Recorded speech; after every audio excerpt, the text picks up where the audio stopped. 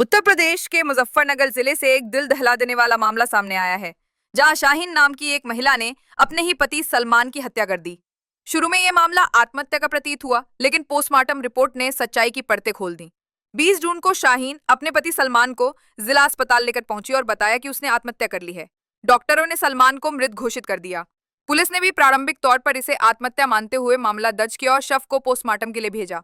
हालांकि अगले ही दिन आई पोस्टमार्टम रिपोर्ट में सामने आया कि सलमान की मौत गला दबाकर की गई थी, यानी यह आत्महत्या नहीं बल्कि हत्या थी।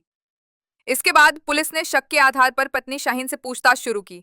3 दिन की कड़ी पूछताछ के बाद शाहीन टूट गई और उसने हत्या की बात कबूल ली, मगर जब उसने कत्ल के पीछे की वजह बताई तो पुलिस तक हैरान रह गई।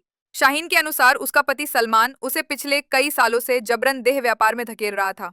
शादी के 3 साल बाद ही वह उसे दिल्ली, इम्फाल और उत्तर प्रदेश के कई शहरों में लेकर जाता और पैसों के बदले उसे गैर मर्दों के साथ सोने पर मजबूर करता। इतना ही नहीं, सलमान चोरी छिपे शाहीन के अश्लील वीडियो बनाता और उन्हें बेचकर मोटा पैसा कमाता था। महिला के मुताबिक वह अब तक लगभग 15 से 20 पुरुषों के साथ जबरन संबंध बनाने को मजबूर की जा चुकी थी। इसी अपमान और अत्याचार से तंग आकर शाहीन ने नींद की गोलियां कोल्ड ड्रिंक में मिलाकर सलमान को पिलाई और जब वो अचेत हो गया तो उसकी हत्या कर दी। हत्या के बाद उसने पड़ोसियों की मदद से अस्पताल पहुंचाने का नाटक रचा और इसे आत्महत्या का रूप देने की कोशिश की, लेकिन पोस्टमार्टम में आए स्ट्रैंगुलेशन के निष्कर्ष ने उसका झूठ उजागर कर दिया। पुलिस ने शाहीन के खिलाफ हत्या का मामला दर्ज कर लिया है और आगे की कानूनी प्रक्रिया जारी है।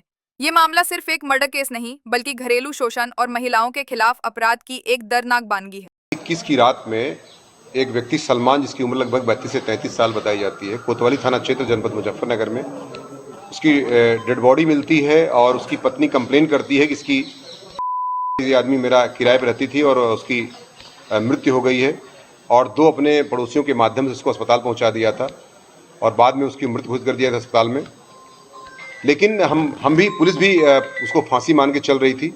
इसी बीच में जब उसका पोस्टमार्टम होता है डॉक्टर्स के द्वारा, तो उसमें पोस्टमार्टम की रिपोर्ट में स्ट्रैंगुलेशन आता है, तो इससे साबित होता है कि ये फांसी नहीं बल्कि हत्या की गई थी, जिसके आधार पर 103 बीएनएस के तहत, 103 और 351 बीएनएस के तहत अभियोग दर्ज किया जाता है हत्या का। और फिर पुलिस पूछताछ करती है, तमाम 3-4 दिन लगातार कई बार राउंड करके पूछताछ करती है।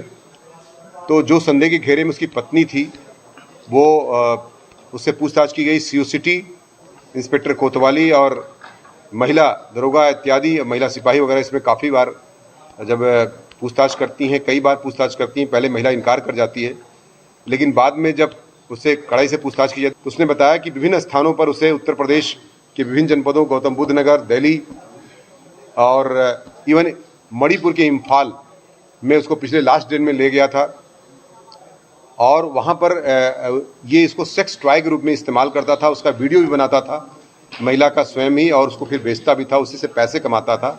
महिला की क्या धंधा करा करके, जो एक तरीके से मैं कह सकता हूँ, उसी से जिस भरोसे का काम कराता था, वीडियो भी बनाता था। और साथ ही साथ इस तरह से महिला काफ़ी दुखी हो रही थी और कई 15-20 पुरुषों से इस तरह से उसे ज़बरदस्ती संसर्ग कराने के मजबूर कर रहा था बार बार, जिसकी वजह से वो दुखी होकर इसी आपत्ति में उसने जो है इस तरह का जो नींद की गोलियाँ मंगा करके उससे और उसको कोल्ड ड्रिंक में पिलाकर उसको, जब वो काफ़ी नींद में आ गया,